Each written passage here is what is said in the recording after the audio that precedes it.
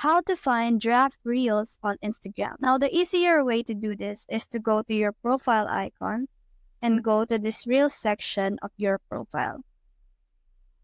Now, if you scroll down, you will be able to see among your uploaded Instagram Reels is this drafts right here.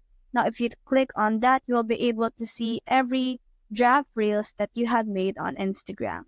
You can just click on one of the Reels that you have drafted, let's say this one right here, and edit this by tapping on this edit button right here. You can add text to it, audio, add stickers, and after that, you can just share it as if you never really drafted this. Another way to see your draft Reels is tap on this plus button right here, tap on this Reels section right here, and click on this button that says draft. Similar to the last one, you will be given the videos that you have drafted and the Reels that you have drafted on Instagram. So that's how to find draft Reels on Instagram. Hope we helped.